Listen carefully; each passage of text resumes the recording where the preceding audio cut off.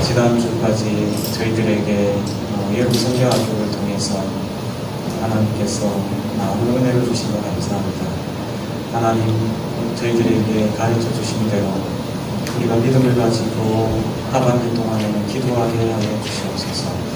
오늘 예배 드릴 때 오직 유일하신 참 하나님 앞에 우리가 예배 드리는 것을 기억하게 하여 주시고, 우리가 예배를 드릴 때마다 하나님을 더 알아가게 하여 주시옵소서. 하나님을 더 사랑하게 되도록 은혜를 베풀어 주시옵소서.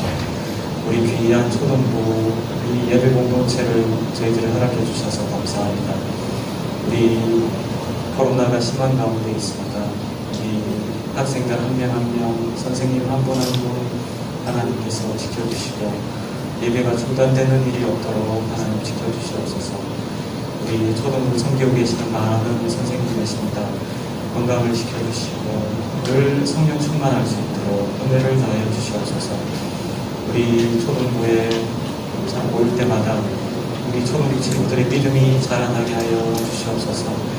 그래서 자신의 인생을 든든한 반석 위에 세워나가는 귀한 공동체 되게 하여 주시옵소서. 우리 크게 두 번째로는 우리 지난주 마지막 성경학교 때 우리 타임캡슐, 기도 타임캡슐을 했는데 여러분들이 작성한 기도 제목이 있으시죠? 그 기도 제목 가지고 기도하면 좋겠습니다. 우리 어떤 친구들은 내가 조금 더 건강해지면 좋겠다. 어떤 친구들은 내가 친구들과 더 친하게 지내면 좋겠다. 또 어떤 친구들은 내가 학교 가는 게 좀 즐거웠으면 좋겠다. 여러 가지 기도 제목이 있을 텐데 그 기도 제목 가지고 우리 기도하겠습니다. 그리고 지금 이제 개학을 이제 얼마 남지 않은 것 같은데 우리 새 학기 동안 힘든 일 없이 학교 생활 잘 할 수 있는 은혜 주시도록, 그리고 학교에서 여러분들이 공부도 많이 하지만 사람과 만나고 선생님과 만나고 친구를 만날 때 정말 많은 것을 배우게 됩니다. 학교 생활하면서 좋은 것들을 많이 배울 수 있도록, 그리고 우리 친구들 중에서 회장이나 부회장하는 친구들도 또 여러 명이 있는 것 같아요. 그런 친구들은 또 학교에서 지낼 때 지혜도 주시도록, 그리고 마지막으로 우리가 믿음으로 살아가는데 참 중요한 게 있습니다. 하루를 전복할 줄 알아야 됩니다. 하루. 1년은 너무 길어요. 한 달도 너무 길고 딱 하루를 믿음으로 전복할 줄 알아야 됩니다. 하나님께서 나에게 그것을 가르쳐 주시도록, 그래서 오늘 딱 하루 살면서 하루를 믿음으로 전복할 수 있는 힘을 주시도록, 그리고 우리 아프신 우리 친구들, 아픈 친구들 또 선생님 계십니다. 그리고 지난주에 또 세 가족이 또 한 명이 또 왔어요. 우리 6명이 왔는데 우리 친구들, 세 가지 친구들 잘 정착할 수 있도록, 그리고 우리 중국에 교환학생으로 가는 우리 장수 선생님은 우리 1년 동안 계속 기도하십시다. 이렇게 나 자신을 위해서, 또 우리 중보기도 여러 선생님들과 친구들 위해서 우리 잠깐 기도하겠습니다. 하나님 아버지, 지난 여름 동안에 우리 친구들을 건강하게 지켜주셔서 감사합니다. 이제 개학을 이제 한 주 정도 남겨두고 있는데 하나님께서 새 학기에는 우리 친구들이 모두 학교 생활 즐겁게 또 많은 것을 배우는 시간으로 잘 보내게 하여 주시기를 원합니다. 하나님 아버지, 특별히 지난주에 우리 하반기 동안 기도 제목을 다 적었습니다. 그 기도 제목대로 하나님께서 인도하여 주시기를 원합니다. 학교에서 여러 가지로 수고하는 친구들이 있습니다. 지혜를 주시고, 무엇보다도 우리 친구들이 이제는 하나님 말씀을 듣고 하나님 알아가는 만큼 하루를 살아갈 때 믿음으로 이 하루를 전복하는 법을 가르쳐 주시기를 원합니다. 하나님, 우리 초등반에 몸이 건강이 좋지 못한 선생님, 또 학생들, 또 가족들이 있습니다. 하나님께서 치료하여 주시옵소서. 지난주에 또 새로운 가족을, 새 친구를 보내주셔서 감사합니다. 하나님께서 우리 새 친구 모두에게 이 공동체에 잘 적응해서 하나님 만나는 은혜를 허락하여 주시옵소서. 우리 중국의 교환학생으로 가 있는 우리 장수일 선생님, 하나님 안전을 지켜주시고 그곳에서 어려움 없도록 하나님 지켜주시옵소서. 제가 기도하고 우리 찬양 드리도록 하겠습니다. 기도드리겠습니다. 하나님 아버지 감사합니다. 지난 한 달 동안 저희들에게 여러 성경학교 가운데서 참 기도에 대해서 가르쳐 주시고 또 여러 가지 기쁨과 즐거움을 주시고 하나님의 은혜를 베풀어 주신 것 감사합니다.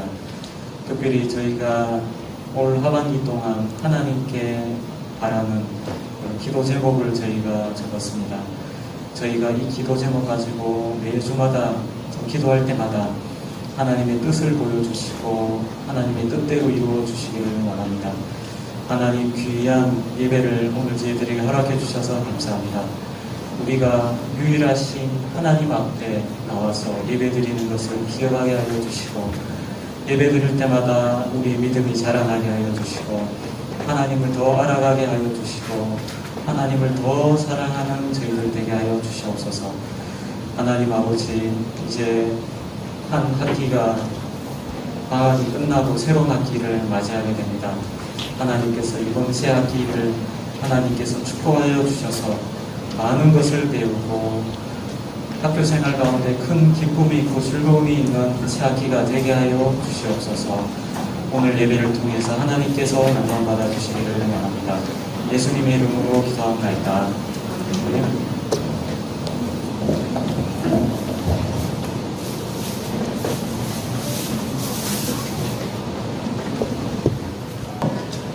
찬양을 드립시다. 첫 번째 찬양은 우리 짱 예수님인데 한번 박수와 율동을 통해서 찬양을 해볼까요?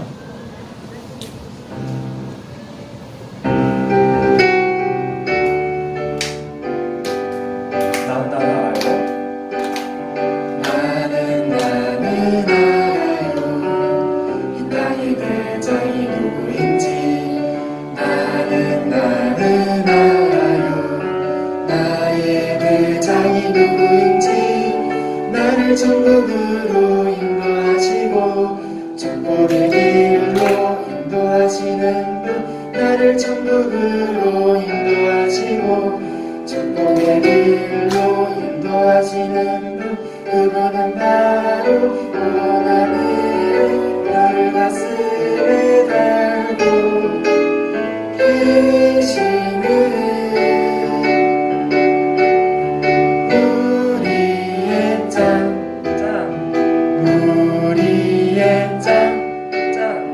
대장 되신 예수님 한 번 더 할게요. 나는 알아요 이 땅의 대장이 누구인지 나는 알아요 나의 대장이 누구인지 나를 천국으로 인도하시고 축복의 길로 인도하시는 분 나를 천국으로 인도하시고 축복의 길로 인도하시는 분 그분은 바로 오나는 나를 가슴에 달고 계시는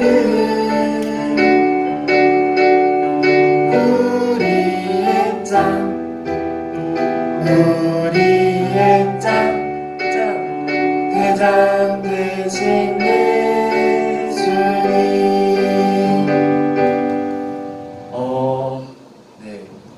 좀 잔잔하긴 했지만 친구 잘해줬어요. 믿음 일반 쪽인가요? 검은색 마스크 끼고 하늘색, 하얀색 눈빛을 보여주시고 나와줄까요? 잘했어요. 다음은 내가 만난 하나님의 책 하겠습니다.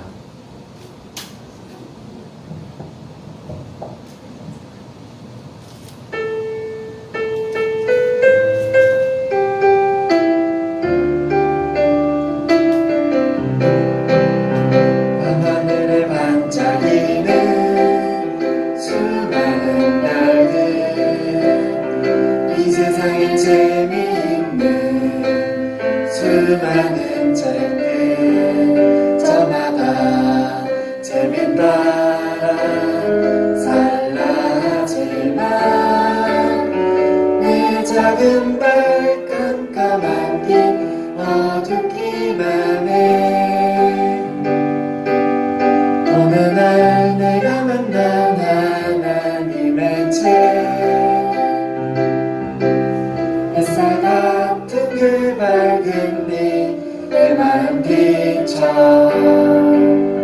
내 맑은 영광스러운 내일을 보내 내 밝은 날 확신했자 오늘을 건네요. 한 번 더 할게요. 하늘에 반짝이는 수많은 별들 이 세상에 재미있는 수많은 책들 저마다 책을 따라 살라 하지만 내 작은 발 깜깜한 길 어둡기만 해.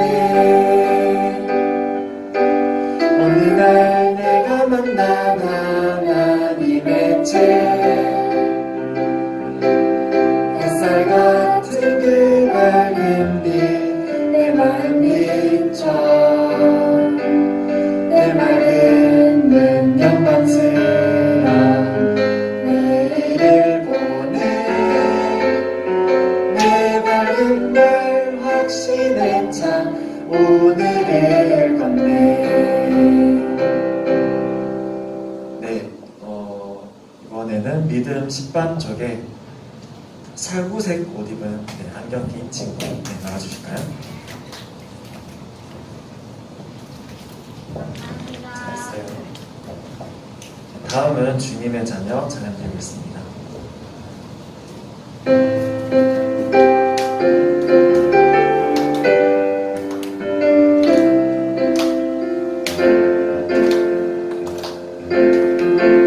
완전하고 신실하신 하나님 그 말씀 따라 매일매일 살아가는 우리 주님의 자녀 내가 걷는 걸음걸음을 평평하게 하시고 내가 가는 걸음걸음을 평평하게 하시니 살아계신 하나님 구원의 반석 되시네 그 이름 높여 감사와 영광 돌리리. 한번 더 할게요. 완전하고 신실하신 하나님 그 말씀 따라 매일매일 살아가는 우리 주님의 자녀 내가 걷는 걸음걸음을 평평하게 하시고 내가 걷는 걸음걸음을 평평하게 하시니 살아계신 하나님 구원의 반석 되시네 그 이름 높여 감사와 영광 돌리리. 네, 이번에는 원영 선생님께서 잘한 친구 한 명 불러볼까요? 믿음 2반인가요? 그 치마 입은 여자친구 똥머리하고 네, 검은색 마스크 낀 친구. 잘했어요. 네, 다음은 두 분을 향해 찬양드리겠습니다.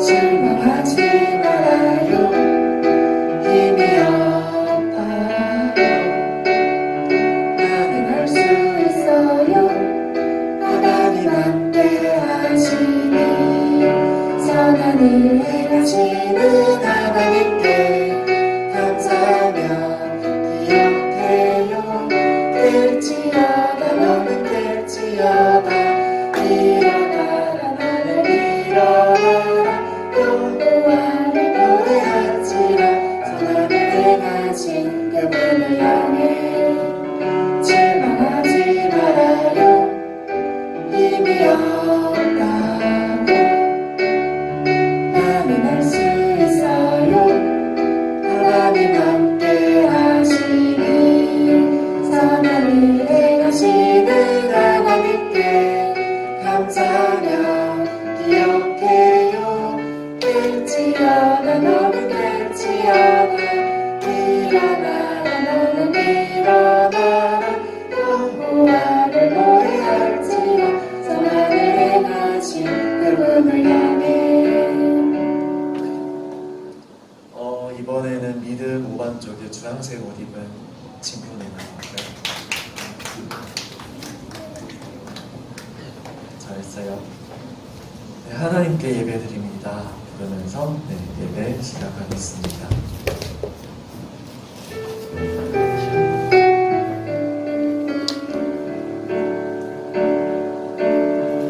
나를 지으신 하나님께 예배드립니다. 날 구원하신 하나님을 높여드립니다.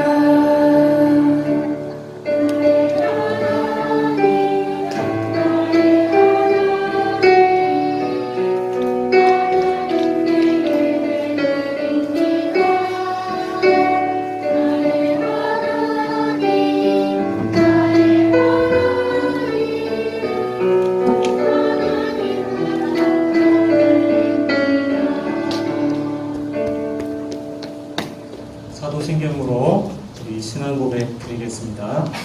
전능하사 천지를 만드신 하나님 아버지를 내가 믿사오며 그 외아들 우리 주 예수 그리스도를 믿사오니 이는 성령으로 잉태하사 동정녀 마리아에게 나시고 본디오 빌라도에게 고난을 받으사 십자가에 못 박혀 죽으시고 장사한 지 사흘 만에 죽은 자 가운데서 다시 살아나시며 하늘에 오르사 전능하신 하나님 우편에 앉아 계시다가 저리로서 산자와 죽은 자를 심판하러 오시리라.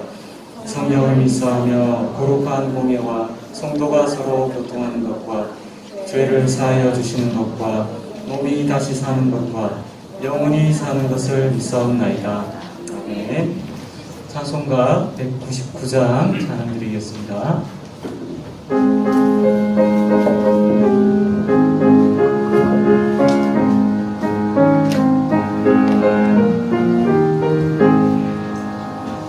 나의 사랑하는 자 이롱해어졌으나 어머니의 무릎 위에 앉아서 재미있게 듣던 말 그때 일을 지금도 내가 잊지 않고 기억합니다. 귀하고 귀하다 우리 어머니가 들려주시고 재미있게 듣던 말 이 책 중에 있으니 이 성경 침이 살아갑니다. 옛날 용맹스럽던 다윗의 경험과 유대 임금 다윗왕의 역사와 주의 성지 엘리야 바람 타고 하늘에 올라가다니를 기억합니다. 귀하고 귀하다 우리 어머니가 들려주시나 재미있게 듣던 말 이 책 중에 있으니 이 성경 침이 살아갑니다. 예수 세상 계실 때 나는 고난당하고 십자가에 달려 죽임당하니 어머니가 흘리며 눈물 많이 흘린다 지금까지 내가 기억합니다. 귀하고 귀하다 우리 어머니가 들려주시나 재미있게 듣던 말 이 책 중에 있으니 이 영심이 사랑합니다. 그때 일은 지나고 나의 눈에 환하오 어머니의 말씀 기억하면서 나도 시신 때때로 성경 말씀 읽으며 주의 뜻을 따라 살려 합니다. 귀하고 귀하다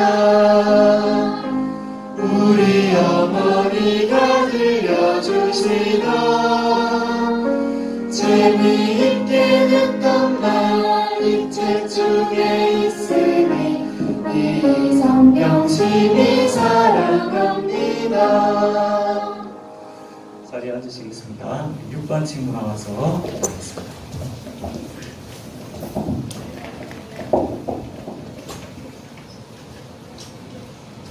사랑하는 하나님 아버지, 지난 한 주간도 코로나와 세상으로부터 저희들을 건강하고 안전하게 지켜주셔서 감사합니다. 오늘도 저희가 기쁜 마음으로 하나님 앞에 나와서 찬송하고 기도하고 예배 드릴 수 있게 해주셔서 감사합니다. 오늘 전도사님 말씀을 통하여 하나님께서 바라는 것이 무엇인지 알아갈 수 있게 해주시고 그 말씀 믿고 말씀대로 행동하고 기도하며 하나님을 알지 못하는 친구들의 소중한 인생을 살아가고 있습니다. 인생이 두 개가 있는 사람이 없습니다. 전부 다 딱 하나의 인생을 가지고 살아가고 있습니다. 우리의 인생은 기회이기도 하고 또 다른 한편으로는 위기가 되기도 합니다. 왜냐하면 우리가 어떻게 사느냐에 따라서 우리의 인생이 복된 인생이 될 수도 있고 우리의 인생이 실패한 인생이 될 수도 있기 때문입니다. 우리 중에 실패한 인생을 살고 싶다 하는 사람은 아무도 없을 겁니다. 그런데 문제가 뭡니까?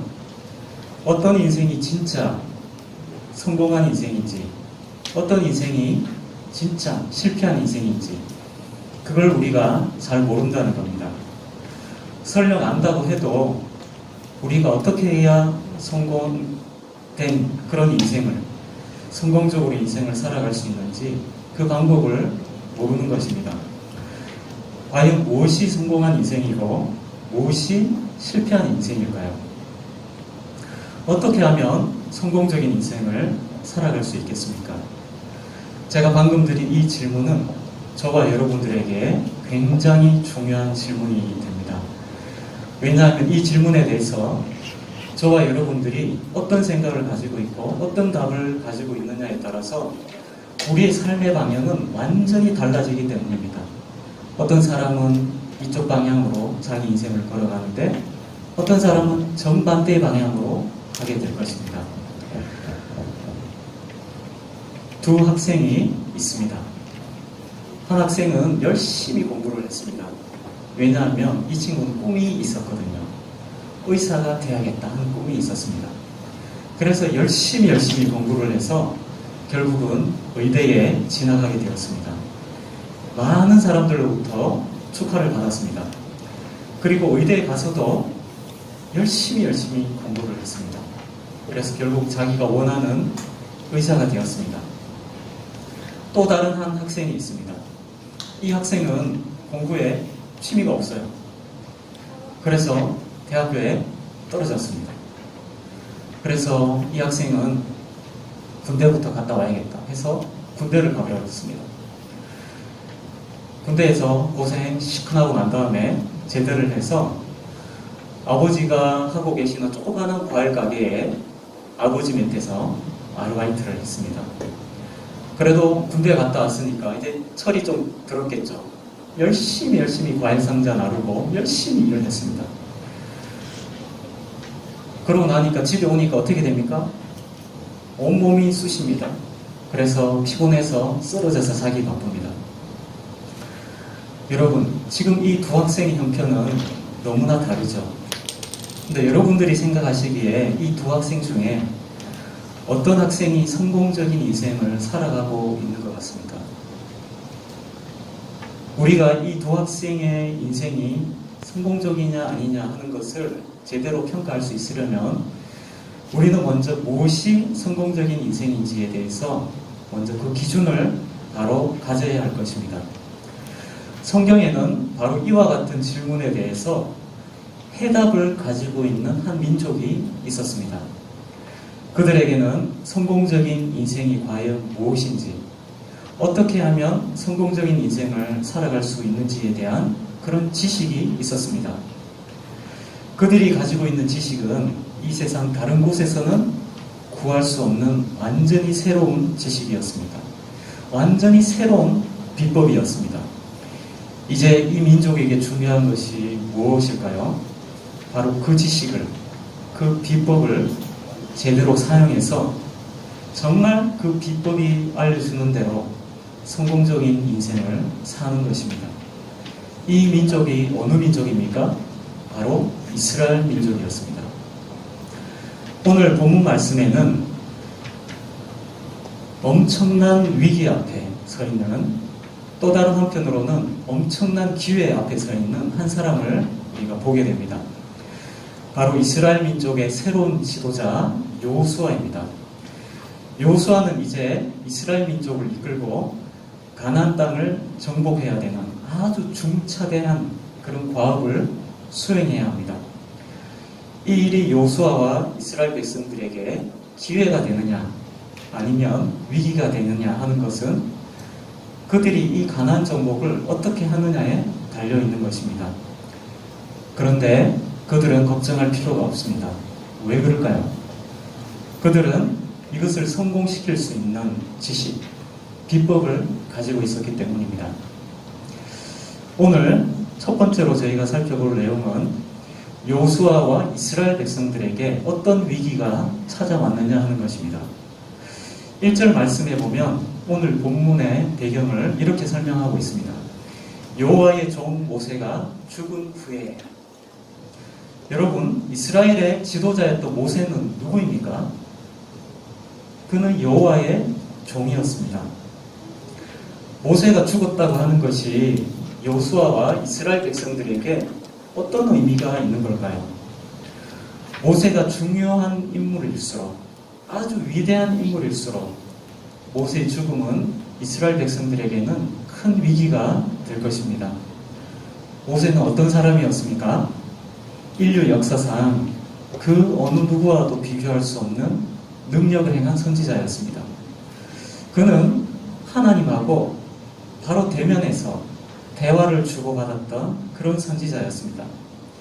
그가 손을 들었을 때 어떤 일이 일어났습니까? 애굽에 10가지 재앙이 일어났습니다. 그리고 홍해가 갈라졌습니다. 애굽을 탈출한 이스라엘 백성들은 약 200만 명 정도가 되었습니다. 근데 그렇게 많은 사람들이 40년 동안 일도 하지 않고 아무것도 하지 않고 돈도 벌지 않고 200만 명이 40년 동안 굶어 죽지 않고 살아남았습니다. 어떻게 이게 가능했을까요? 바로 이 능력의 선지자 모세가 이스라엘 백성들과 함께 있기 때문입니다. 그런데 이런 능력의 지도자 모세가 이스라엘 백성들을 남겨두고 자기의 몸종인 여호수아라는 아주 초보를 새로운 지도자로 세워놓고 이스라엘 민족의 힘으로는 도저히 감당할 수 없는 가나안 정복이라는 엄청난 미션을 남겨두고 죽어버린 겁니다. 여러분, 이순신 장군이 임진왜란 때 이제 마지막 일본 해군과 마지막 결전을 앞두고 있다고 생각해 봅시다. 양쪽에서는 자기가 가지고 있는 모든 전력을 다해서 이제 마지막 일전을 준비하고 있습니다. 다 준비해놓고 이순신 장군 죽어버렸어요. 해군들이 이길 수 있을까요? 일본 군대를? 쉽지 않을 거예요. 우리는 이와 같은 일들을 성경 속에서뿐만 아니라 우리 주위에서도 흔히 발견할 수 있습니다. 그리고 교회 역사를 보면 이런 일을 볼 수 있습니다. 신약 성경에 봐도 이런 일을 볼 수가 있습니다. 하나님을 신실하게 붙들고 있는 신앙 공동체나 그리고 교회를 섬기고 있던 아주 훌륭한 지도자가 갑자기 공동체를 떠난 것입니다. 어떤 교회에 한 목사님이 있었다고 생각을 해봅시다. 이 목사님은 그 교회 성도들을 정말 열심히 섬기고 말씀을 열심히 전했습니다. 그래서 어린아이부터 할아버지 할머니까지 이 목사님의 설교를 듣고 은혜를 받고 변화되고 큰 기쁨과 은혜를 누리고 있었습니다. 교회에 이제 큰 일들을 많이 하게 됐습니다. 근데 갑자기 목사님이 떠나가 버린 거예요. 그럴 때 이 교회는 어떤 일을 겪게 되죠? 바로 위기를 겪게 됩니다. 이런 상황에서 이런 위기를 겪고 있을 때 믿음을 가지고 있는 사람이라면 어떤 생각을 해야 됩니까? 하나님께서 우리 공동체에게 이런 위기를 주신 것이 과연 하나님께서 우리를 망하게 하려고 이런 위기를 주신 것일까? 아니면 우리가 잘 알지 못하지만 하나님의 선하신 뜻이 있기 때문에 이런 일을 우리에게 주셨을까? 이런 질문을 던져봐야 됩니다. 만약 이런 위기가 하나님께서 그 공동체에게, 그 교회에게 더 좋은 것을 주시기 위해서, 더 큰 부흥을 주시기 위해서 이런 위기를 주셨다면 그 공동체에 있는 성도들은 어떻게 해야 되겠습니까? 이거는 위기가 아니라 기회다. 기회를 살려내야 됩니다. 반드시 그 기회를 살려내야 됩니다. 진짜로 이게 기회다. 이것은 위기가 아니고 기회다. 성도들이 만약에 그렇게 생각하기 시작했다면 그 교회의 사람들이 이제 어떻게 하겠습니까? 많은 성도들이 시험에 들지 않도록 자기 마음을 잘 지키면서 기도하고 하나님의 선한 뜻을 분별해 나가면서 또 하나님의 인도를 따라가면서 자신에게 맡겨진 일들을 믿음으로 잘 감당하면서 결국 이 위기를 기회로 만들어 갈 겁니다. 그런데 만약에 성도들이 이 위기 상황을 기회라고 생각하지 못하고 서로 막 다투고 이 교회에 더 이상 못 있겠다. 교회를 떠나가 버리고 서로 싸우고 교회 안에 큰 분쟁이 일어난다면 부흥의 기회가 어떻게 되겠습니까? 부흥이 아니라 오히려 공동체가 깨어지고 흔들리게 되는 그런 위기가 되고 말 것입니다. 이스라엘 백성들이 지금 겪고 있는 위기가 바로 이런 위대한 지도자를 잃어버린 그런 위기였습니다. 위대한 지도자 모세가 죽은 것이 이스라엘 백성들에게 위기일까요? 아니면 기회일까요? 지금 이스라엘 백성들에게 중요한 것은 바로 이것을 분별해내는 것이었습니다. 오늘 두 번째로 살펴볼 내용은 바로 이 위기 가운데 있는 여호수아에게 하나님께서 찾아오셔서 명령을 하신 것입니다. 모세가 죽은 후에 하나님께서는 여호수아를 찾아오셨습니다. 그리고 그에게 할 일을 알려주셨습니다. 2절에서 4절까지 말씀을 보면 이렇게 되어 있습니다. 내 종 모세가 죽었으니 이제 너는 이 모든 백성과 더불어 일어나 이 요단을 건너 내가 그들 곧 이스라엘 자손에게 주는 그 땅으로 가라. 하나님께서 뭐라고 말씀하셨습니까? 모세는 이제 죽었어. 그러니 이제는 너희들 백성들 다 함께 일어나서 너희 앞을 가로막고 있는 너희들과 가나안 땅 사이를 가로막고 있는 요단강을 이제 건너서 가나안 땅으로 진군해서 들어가라. 내가 모세에게 말한 바와 같이 너희 발바닥으로 밟는 곳은 모두 내가 너희에게 주었노니 곧 광야와 이 레바논에서부터 큰 강 유브라데 강까지 해 족속의 온 땅과 또 해지는 쪽 대까지 너희의 영토가 되리라. 저 가나안 땅에 진군해서 들어가라. 그리고 거기서부터 너희가 밟는 땅은 전부 다 너희 땅이 될 것이다. 이렇게 여호수아에게 말씀하셨습니다. 하나님께서는 이스라엘 백성들이 출애굽한 지 40년 만에 여호수아에게 드디어 가나안 땅으로 들어가라는 진군 명령을 내리게 됩니다. 그리고 이스라엘 백성들이 이 가나안 땅을 차지하게 될 것이라는 약속을 주십니다. 이것을 통해서 우리가 알 수 있는 것이 무엇입니까? 모세가 죽은 것이 이스라엘 백성들에게 또 여호수아에게 위기가 아니라 새로운 기회가 열리는 순간이라는 것입니다. 모세의 죽음이 이스라엘 백성들에게는 큰 슬픔이었지만 하나님께는 무엇이었을까요? 바로 가나안 정복의 신호탄이었고 하나님은 바로 이때를 기다리고 계셨던 것입니다. 여기서 우리가 이제 생각해 볼 것이 있습니다. 하나님의 가나안 진군 명령 40년 만에 드디어 떨어졌습니다. 이스라엘 백성들이 이 명령에 순종하는 것이 쉬울까요? 어려울까요? 여호수아서에 보면 이스라엘 백성들이 이 명령에 너무나 쉽게 순종을 합니다. 여호수아서만 보면 뒤에 보면 그냥 쑥쑥쑥쑥 해서 다 그냥 순 그대로 다 해버립니다. 그래서 우리가 여호수아서만 보면 이스라엘 백성들이 가나안 땅에 진군하는 이것이 굉장히 쉬운 일이라고 생각하기가 쉽습니다. 근데 이것은 큰 오산 중의 오산입니다.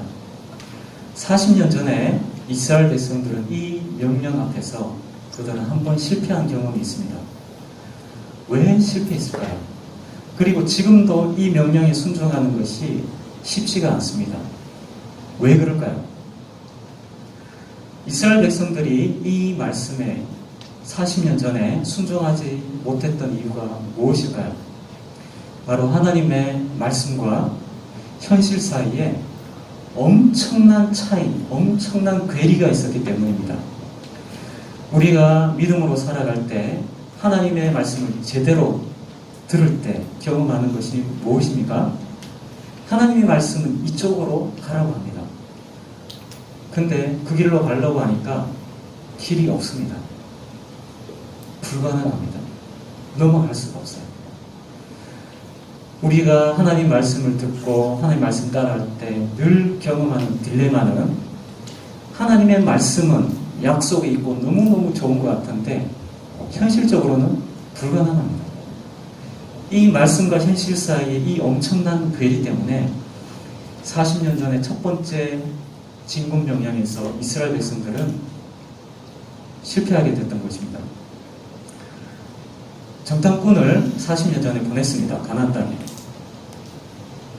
보니까 무엇을 보게 됩니까? 가나안 땅은 전부 다 산지가 많습니다.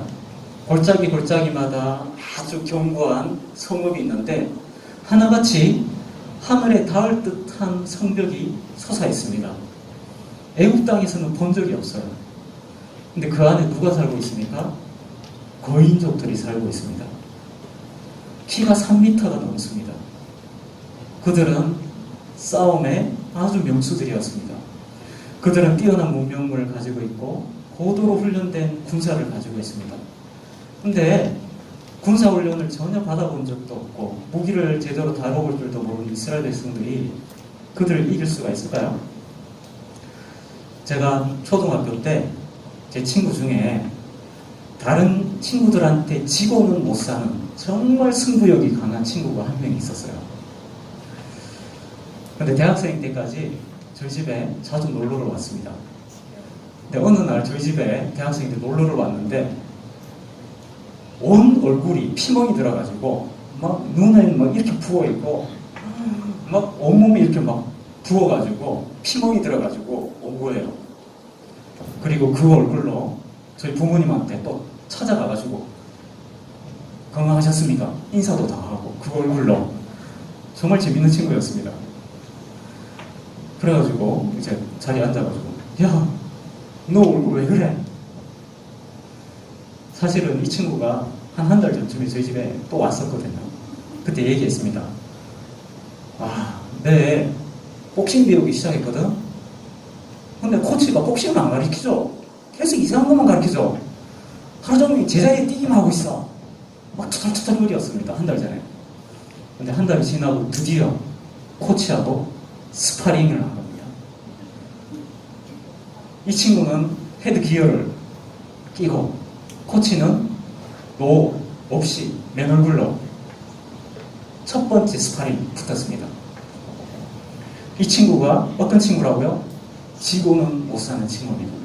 한 달 동안 일을 간 거예요. 나의 실력을 보여주겠다.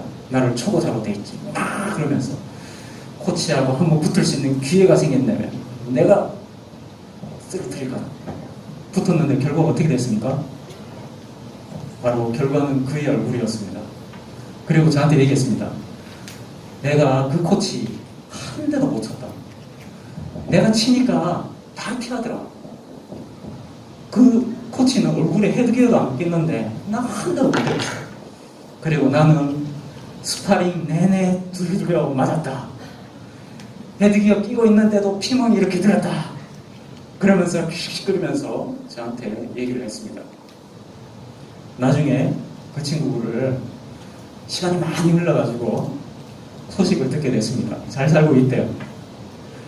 여러분, 아무리 운동신경이 뛰어나다 하더라도 복싱 한두 달 배운 거 가지고 복싱 선수하고 붙어서 이길 수 있을까요? 절대로 못 이깁니다. 여러분, 가나안 족속들은 격투기 헤비급 선수입니다. 이스라엘 선수들은요, 격투기의 격자도 모르는 저같이 아주 빽빽하는 사람입니다. 한 번도 격투기를 해본 적이 없는 사람에게 어느 날 격투기 코치가 어이 당신 여기 링에 한번 올라가 봐. 저기 우리 체육관에 헤비급 챔피언이 있는데 한번 붙어봐. 당신이 이길 거야. 당신이. 에? 제가요? 한 번도 싸워본 적이 없는 사람인데요? 아니야. 이길 수 있어. 저 헤비급 챔피언을요? 그래. 올라가. 여러분, 올라가시겠습니까? 올라가시겠습니까? 아니요. 여러분, 절대로 올라가면 안 됩니다. 큰일 납니다. 내 하나님의 명령이 뭡니까?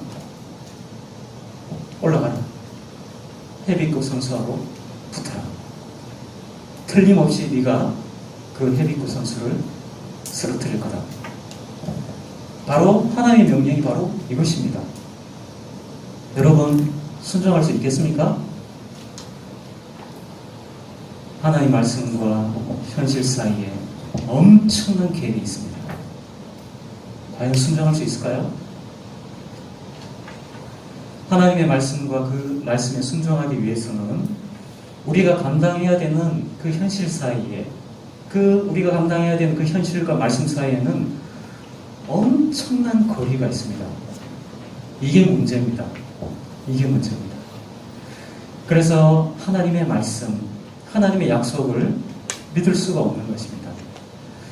왜 많은 사람들이 스스로는 막 믿는다고 하면서 결정적인 변화가 나타나지 않을까요?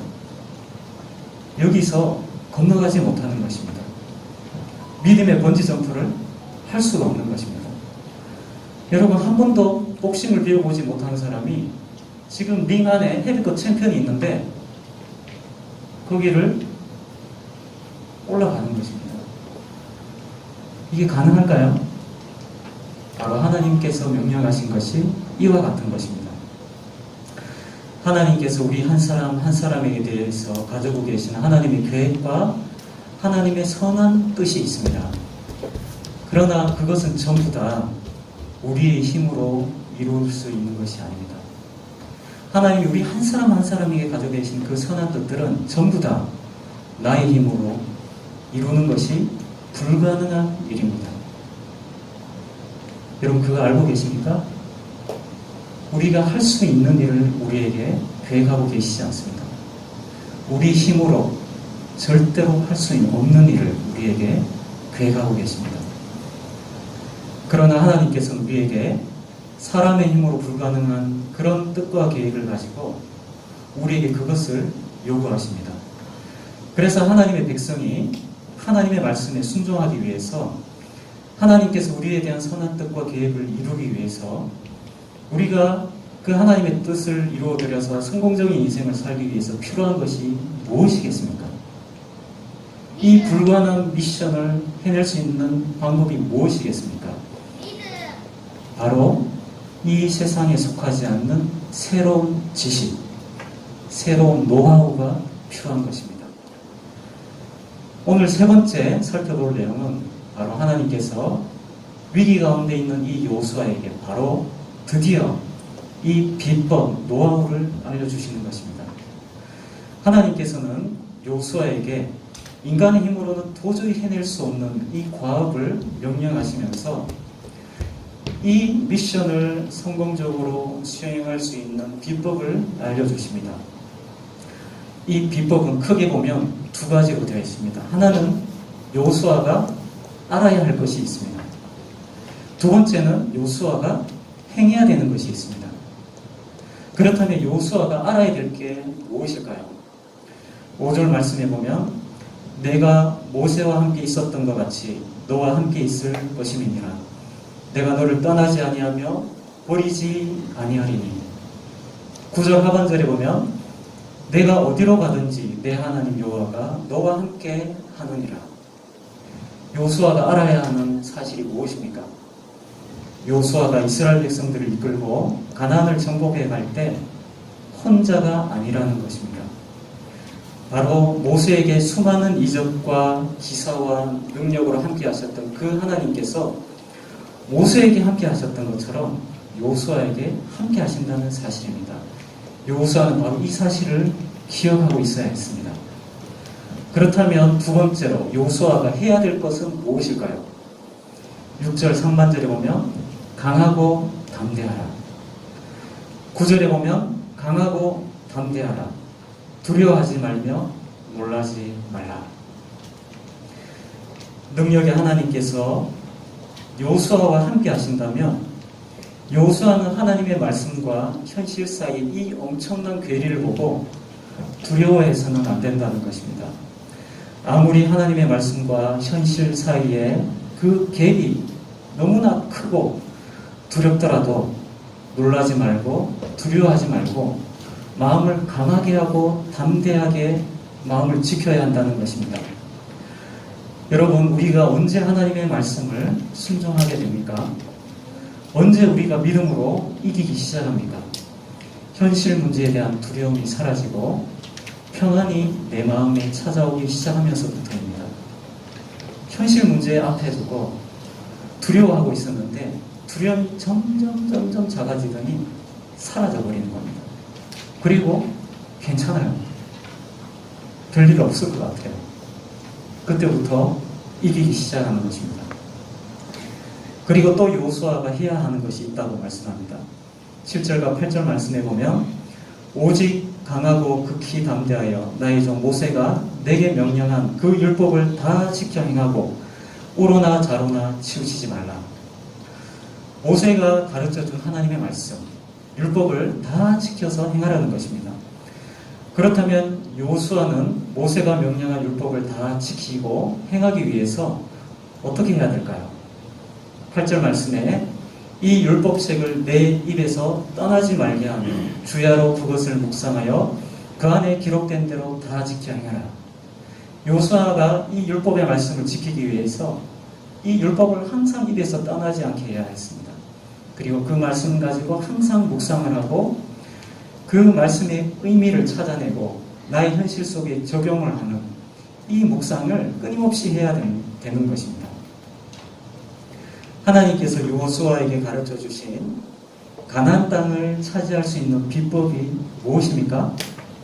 첫 번째는 모세와 함께 하셨던 그 능력의 하나님이 어떠한 일이 있어도 요수아를 버리지 않고 그와 함께 하신다는 사실을 분명하게 기억하고 있는 것입니다. 두 번째는 아무리 하나님의 명령과 현실 사이에 괴리가 크다 하더라도 두려워하지 않는 것입니다. 세 번째는 무엇입니까? 모세가 명령한 말씀을 좌로나 우로나 치우치지 말고 그대로 지켜서 행하는 것입니다. 그렇게 할 때 어떤 일이 일어날까요? 어떤 일이 일어나겠습니까? 7절과 8절 하반절에 이렇게 되어 있습니다. 그리하면 하나님이 나와 함께 하신다는 것을 기억하고 두려움을 이겨내고 말씀에 그대로 순종할 때 그리하면 어디로 가든지 형통하리니 그리하면 내 길이 평탄하게 될 것이며 내가 형통하리니 형통할 것이라고 말씀하고 있습니다. 영어 성경에 보면 이 형통한다 하는 말은 success, 성공한다라고 되어 있습니다. 여호수아와 이스라엘 백성들이 가나안을 성공적으로 정복하는 방법이 무엇입니까? 한번 따라하겠습니다. 기억하라. 한 번 더. 기억하라. 무엇을요? 하나님께서 함께 하시는 것을. 또 한번 따라하겠습니다. 지키라. 무엇을 지켜야 할까요? 마음을요. 어떻게 해요? 두렵거나 놀라지 않도록 마음을 지켜야 합니다. 세 번째는 뭘까요? 따라하겠습니다. 행하라. 무엇을요? 율법의 말씀대로. 이 세 가지가 비법이었습니다. 여러분, 우리는 방금 엄청난 비법을 배웠습니다. 근데 여러분, 우리가 여기서 풀어야 될 숙제가 이제 마지막으로 하나 남아 있습니다. 여러분, 이 세 가지 가지고 이길 수 있을까요, 정말? 가난 정복할 수 있을까요? 우리 생각에는 지금 빼빼 마른 사람을 링 위에 올려보내면서 저 헤비급 선수를 반드시 이길 거야. 내가 비법을 가르쳐 줄게. 저기 올라갈 때 기억해. 너희 코치가 너희 뒤에 있다는 사실 항상 기억해. 그리고 두 번째, 두려워하지 마. 저 헤비급 선수 절대로 두려워하지 마. 세 번째, 내가 너한테 가르쳐줬던 그 책 있지? 그대로 해. 여러분, 이길 수 있을까요? 너무나 아닌 것 같아요. 우리 생각에는 최소한 잼 날리는 것 정도는 가르쳐줘야 되지 않습니까? 코치가. 주먹 날라올 때 피하는 법 정도는 가르쳐줘야 되는 거 아닙니까? 하나님 그런 거 일체 가르쳐주지 않습니다. 가난 족속과 어떻게 싸워야 될지 일체 가르쳐주지 않습니다. 칼 드는 법, 창을 쓰는 법 일체 가르쳐주지 않습니다. 오직 기억하고 마음을 지키고 율법대로 행하라. 이 말씀만 가르쳐 주시는 것입니다. 여러분, 왜 기억해야 됩니까? 두 번째하고 연결됩니다. 두려워하지 않기 위해서요. 하나님이 나와 함께 하신다는 것을 기억하면 두려워하지 않게 됩니다. 두려워하지 않으면 어떻게 됩니까? 이제 하나님의 말씀대로 살아갈 수 있게 됩니다. 이 세 가지는 연결되어 있습니다. 근데 초점이 뭡니까? 하나님의 말씀, 율법대로 행하는 것에 초점이 맞춰져 있습니다. 그러면 이 율법의 말씀, 이 율법의 책이 뭘까요? 바로 신명기 말씀입니다. 이 오늘 본문에서는 바로 신명기 말씀을 말합니다. 신명기에 무슨 말씀이 기록되어 있을까요? 신명기는 모세가 40년 광야 생활을 끝내고 모세가 죽기 전에 마지막으로 이스라엘 백성들에게 전한 모세의 설교였습니다. 그 설교는 40년 전에 시내산에서 첫 번째 언약을 맺을 때 하나님께서 주셨던 그 언약의 말씀을 다시 한번 설명하는 내용이 들어가 있습니다. 한 번 더 설명을 해줍니다. 그리고 나머지 반은 가나안 땅을 정복할 때 어떤 방식으로 정복해야 되는지에 대한 방법을 설명하고 있습니다. 그리고 세 번째는 가나안 땅을 정복하고 난 다음에 거기서 어떻게 살아야 되는지에 대해서 설명하고 있습니다. 그리고 마지막으로는 이 말씀대로 행하는 자와 행하지 않는 자에게 임할 축복과 저주의 말씀으로 되어 있습니다. 여러분, 형통하다 하는 말 우리는 굉장히 많이 듣습니다. 하나님 말씀대로 하면 우리 형통함을 얻게 될 것이다. 굉장히 많이 듣습니다. 그런데 이 형통하다고 하는 말에 대해서 우리가 가지고 있는 이미지가 뭡니까? 도깨비 방망이죠. 도깨비 방망이. 도깨비 방망이 여러분 본 적 있으십니까? 도깨비 방망이는 길쭉합니다. 그리고 조그마한 뿔들이 나 있어요. 그리고 도깨비들이 막 휙휙 돌리면서 다닙니다. 근데 이 도깨비 방망이는 어떻습니까? 이 도깨비 방망이가 아니라 도깨비 방맹이가 더 어울리는 것 같아요. 도깨비 방맹이. 어떻겠습니까? 내가 원하는 거 외칩니다. 금 나와라! 그리고 땅바닥을 한번 내리칩니다. 땅! 치면 어떤 일이 생깁니까, 여러분? 금이 생기는 거죠. 은 나와라! 땅! 치면 어떤 일이 생깁니까, 여러분? 은덩이가 생기는 거죠. 그게 바로 도깨비 방맹입니다. 그게. 여러분, 우리가 하나님을 믿을 때 하나님에 대해서, 기도 응답에 대해서 도깨비 방망이 같이 생각할 때가 너무나 많습니다. 그러나 형통이라고 하는 말의 뜻은 도깨비 방망이를 말하는 것이 아닙니다. 여기서 말하는 형통이라는 말의 뜻은 성공할 수밖에 없는 어떤 노하우를 가지고 다른 사람이 알지 못하는 아주 엄청난 노하우를 가지고 그대로 지혜롭게 따라했을 때 성공하게 되는 것을 말하는 것입니다. 그래서 이스라엘 백성들이 율법 속에서 발견하는 것이 무엇입니까? 하나님의 백성이 이 땅에서 살아갈 수 있는 아주 비밀한 노하우가 담겨있는 책이 바로 신명기 말씀입니다. 거기에는 엄청난 말씀이 들어가 있습니다. 여러분, 어떤 청년이 아까 과일 장사를 하는 곳에 가서 아르바이트를 하고 있었죠. 근데 어느 날 아버지가 얘기하는 거예요. 얘야, 너 이러지 말고 아빠가 가게 하나 알아봐 줄 테니까 너 이때까지 돈 모은 거 가지고 너도 가게 한번 해봐라. 너 공부 재미도 없는데 한번 해봐라. 아, 그래요? 제가요? 사과 과일밖에 제 안 옮겼는데 할 줄 모르는데요? 내가 가르쳐 줄게. 아버지가 막 분주하게 다니시더니 저쪽에 있는 어느 아파트에 조그마한 가게를 하나 알아봐 주셨습니다. 그래서 이 청년이 자기가 아르바이트 하면서 모았던 돈, 그 다음에 은행에 가서 조금 돈 모아가지고 그 다음에 가게를 드디어 계약을 했습니다. 그리고 막 인테리어도 막 연구해가지고 인테리어 공사하는 업체하고도 계약을 했어요. 이제 다 꾸몄습니다. 어떻게 해야 될까요? 아버지한테 배우는 겁니다. 여러분, 과일 가게 성공하려면 방법이 있습니다. 방법이 있어요. 성공하는 과일 가게는 반드시 노하우가 있습니다. 아버지한테 그 노하우를 받으면 성공하는 겁니다. 여러분, 이 청년이 과일 가게 하면서 위험에 빠질 수 있습니다. 근데 아버지는 무엇을 알고 계십니까? 과일 가게 하다가 망할 수 있는 아주 위험한 함정들을 다 알고 있습니다. 그거 다 피해야 된다. 다 알려주십니다. 그래서 아버지의 입을 배우고 난 다음에 이 청년은 어떻게 합니까?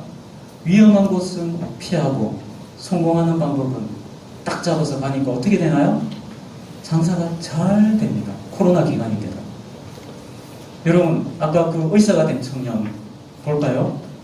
나 이제 의사가 됐어. 이제 나는 돈도 많이 벌 거야. 그리고 나는 포르쉐를 살 거야. 열심히 병원에서 생활하면서 돈을 막 벌기 시작합니다. 그리고 자기 개인 병원도 막 차립니다. 근데 막 돈이 막 자기가 막 달려오는 게 막 보입니다.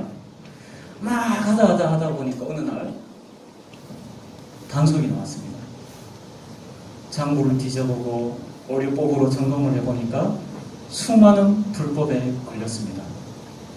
병원은 폐업을 당하고 그 학생은 감옥에 갇히게 됐습니다. 여러분, 하나님이 말씀하시는 형통한 길이 뭡니까? 바로 노하우를 가지고 노하우대로 해내는 것을 말합니다. 하나님 백성의 노하우가 어디에 있습니까? 바로 신명기 말씀에 있다는 것입니다. 그런데 이 신명기 말씀의 전체 내용을 보면 핵심을 하나로 요약할 수 있습니다. 바로 하나님이 너에게 어떤 분이시냐 하는 질문입니다. 하나님, 너에게 유일하신 하나님이다. 그래서 너희가 그 하나님을 진짜 인정한다면 이렇게 살아라.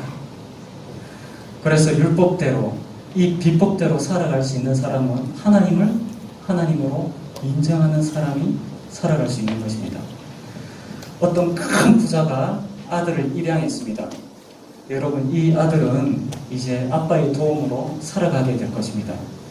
근데 이 아들이, 아빠가 집에 오는 길에 보니까 이 아들이 길거리에서 구걸을 하고 있어요. 왜 그렇습니까? 이 아들은 자기 양아버지를 아버지로 생각 안 하는 거예요. 구걸해서 돈 벌어서 자기가 하고 싶은 거 하겠다는 거예요. 이것이 바로 우상 숭배입니다. 하나님을 하나님으로 인정하지 않는 겁니다.